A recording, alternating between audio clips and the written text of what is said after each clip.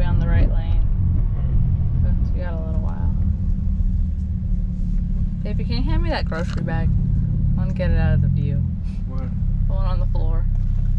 I want you to do a speedo cam. This, Just leave it. what do you mean speedo cam? Up here. Okay. Well, I'll try to.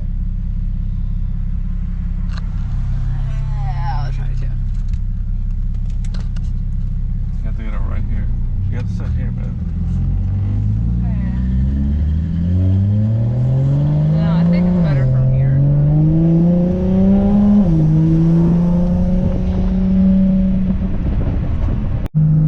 Just get recording.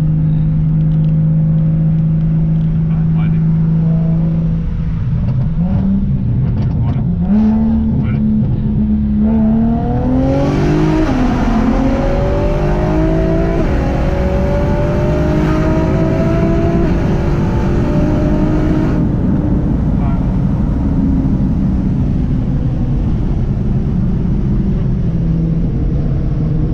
Shit, man, that was scary.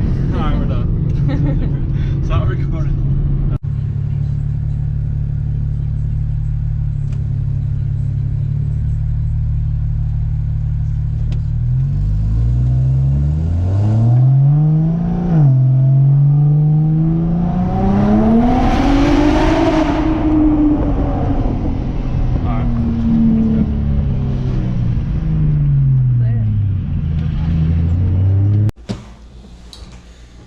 Yo, so I did go to the track last Friday and I didn't have the chance to film because I was by myself. It was a split-second decision. My girlfriend was going out with the girls. I'm like, I'm going to track.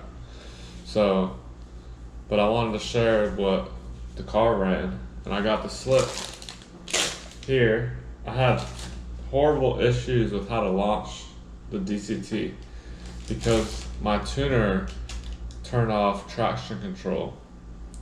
So I can't use the launch control at 5,000 RPMs, which is like useless anyways. And I can't brake boost either because people who have these cars know when you hold down the brake and gas, it revs a little and then the power shuts off and it goes back to the RPM. You have no power at all.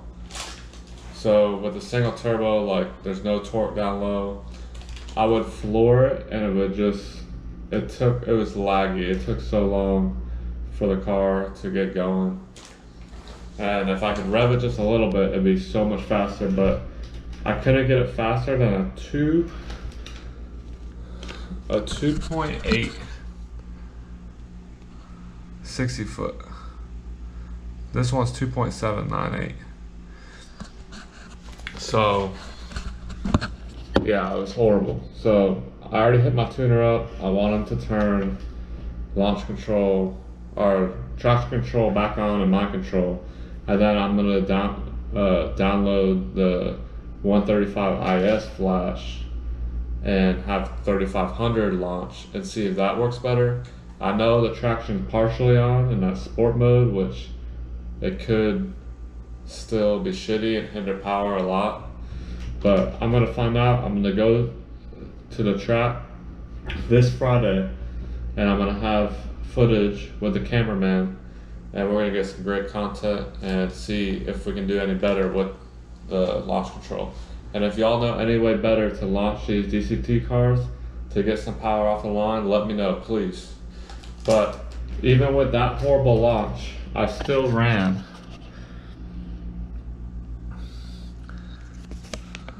12.603 at almost 130 miles an hour with the 2.8 60 foot. Now with this mile per hour, this car can easily run low 11s.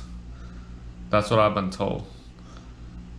And I'm really impressed. I'm really impressed with this mile per hour.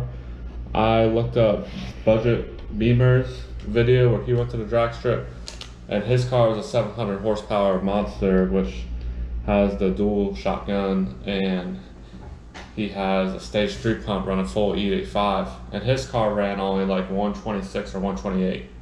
So I don't have no fuel upgrades, and these DCT cars I ran 130 on just 19 PSI, and I have so much more room to grow with future upgrades. So, you know, just compared his car, which his car's a beast, but you know, my car ran just as fast, mile per hour, even a little faster, and I don't even have as much fuel upgrades he does. So I'm really impressed with the car. Friday, I'm gonna take it to the track again, get content for y'all, and hopefully I get this launched down and I'll be running 11s on street tires. That would be sick. So stay tuned, subscribe, like this channel, and I want to put out good content. See you guys. Hey, so I also wanted to show you my log for when I went to the track at that 130 mile per hour trap speed. So I want to show you what happened, because that 130 miles per hour was basically without second gear. My car launched, and like I said, the launch was shitty. I had to start basically just the car idling. But when I try to shift a second, see, it's in this period right here, and the car felt like, I think it was like wheel hopping. It felt like it was wheel hopping or stuttering, and after a while it just gave up from trying to be in second, revving, and it just downshift or upshift to the third like super early at 5,000 RPMs by itself. So I basically like stuttered for a second at least, and then started from third way early, and it still ran 130 miles per hour. And then also I'm having bad issues where I'm over boosting between gears. So like right here where it shifted to third, it over boosted to 22 PSI, and then I hit the overboost safety, and then it corrected itself. I was running 19, and then I, you know, shift to third, it over boosted again right after the shift to 22 PSI. Hit the safety, so it dropped boost, and then corrected itself at 19 again, and did the same thing at fifth. And so the car wasn't running as good as it should. So, I mean, if I can get this second gear fixed, and I hit my tuner up about these overboost issues after gear changes, and let me know if you know why the car's doing that. But with that cleared up, it could even run faster, maybe a couple more miles per hour, which is really awesome. So yeah, I just wanted to share that with you also.